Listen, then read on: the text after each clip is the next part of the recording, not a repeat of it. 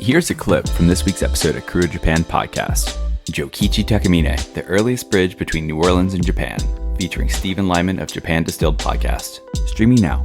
That time in Louisiana, there was a heavy Asian presence, specifically Japanese. I mean, it's considered that he and his convoy that came over for this convention or for this fair were some of the earliest Japanese to visit this area. You know, how was Takamine received in the city? He had already lost his samurai status. He had lost that probably a decade before, but apparently news travels slowly because he was treated as a knight, essentially. He was considered royalty by the local media. Oh, okay. He was wined and dined and invited to all of the debutante balls and the galas, and he appeared in the local newspaper on several occasions. So he had essentially full access to the best of New Orleans when he was living there, okay. Which probably wouldn't have happened 10 or 20 years later. But at that time, he was in the right place at the right time, which seemed to be a recurring theme in his life. Streaming now, wherever you get your podcasts.